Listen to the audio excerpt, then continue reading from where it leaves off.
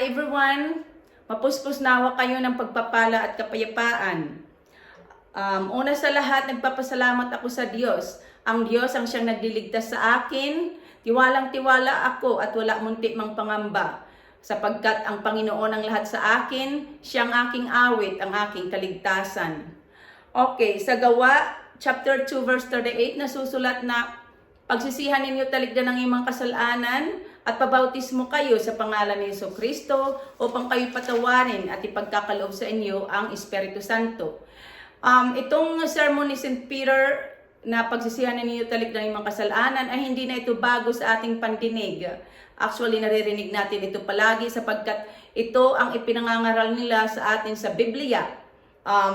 Hindi ito kailanman magbabago sapagkat ang salita ng Diyos ay hindi magbabago. Ito'y mamamalagi kailanman.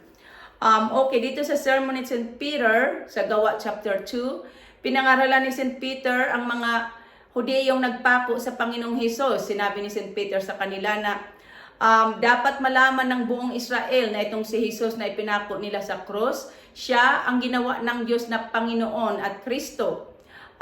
Ayon sa kasulatan, nabagabag ang kanilang kalooban nang marinig nila ito. At tinanong nila si St. Peter at ang mga apostol, ano ang gagawin namin? Sinabi ni St. Peter, sumagot si St. Peter na pagsisihan ninyo taligdan ang inyong mga kasalanan at pabautismo kayo sa pangalan ni Jesucristo upang kayo'y patawarin at ipagkakaloob sa inyo ang Espiritu Santo. Ngunit sinabi ni St. Peter sa kanila na dahil sa ginawa nilang pagpako sa Panginoon ay natupad ang matagal nang ipinahayag ng Diyos sa pamamagitan ng mga propeta na ang Kristo'y dapat magtiis ng hirap.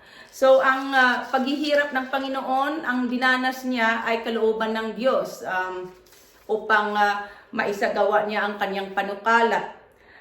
Nasusulat sa kasulatan na ang paghihirap niya ng Panginoon ay kalooban ng Diyos. Inihandog niya ang kanyang sarili upang sa pamamagitan noon ay magkaroon ng kapatawaran at maisasagawa ng Diyos ang kanyang panukala. Kaya sinabi ni St. Peter sa kanila na magsisi sila at magbalik loob sa Diyos upang pawiin ng Diyos ang kanilang mga kasalanan.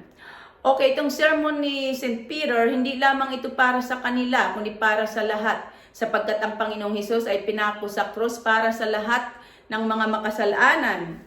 Ayon sa kasulatan na kusang loob niyang ibinigay ang sarili, nilasap niya ng Panginoon ang kaparusahan ng masasama, inako niya ang mga makasalanan. So ganun din tayo rin, sundin din natin itong payo ni St. Peter na pagsisihan natin taligdan ang kasalanan at magbalik loob tayo sa Diyos.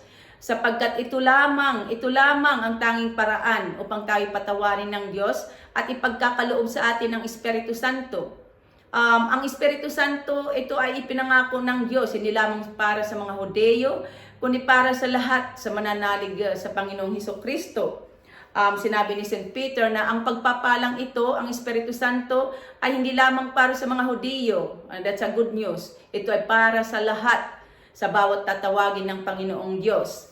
Ang Espiritu Santo, ito ang tunay na blessing, tunay na pagpapala na sinasabi sa Biblia. Hindi ang mga bagay na material, hindi ang mga material na bagay. So napakahalaga na matanggap natin ang Espiritu Santo sapagkat ito ang nagpapalaya sa atin sa kasalanan, sa kamatayan at nagbibigay sa atin ng buhay na walang hanggan. At matatanggap natin ang Espiritu Santo sa pamamagitan ng ating pakikipag-isa kay Kristo at paniniwala sa gospel. Nasusulat sa Romans 8 verse 2 na wala na ako sa ilalim ng batas ng kasalanan at kamatayan sapagkat pinalaya na ako ng Espiritong nagbibigay buhay, bunga ng pakikipag-isa ko kay Kristo Jesus.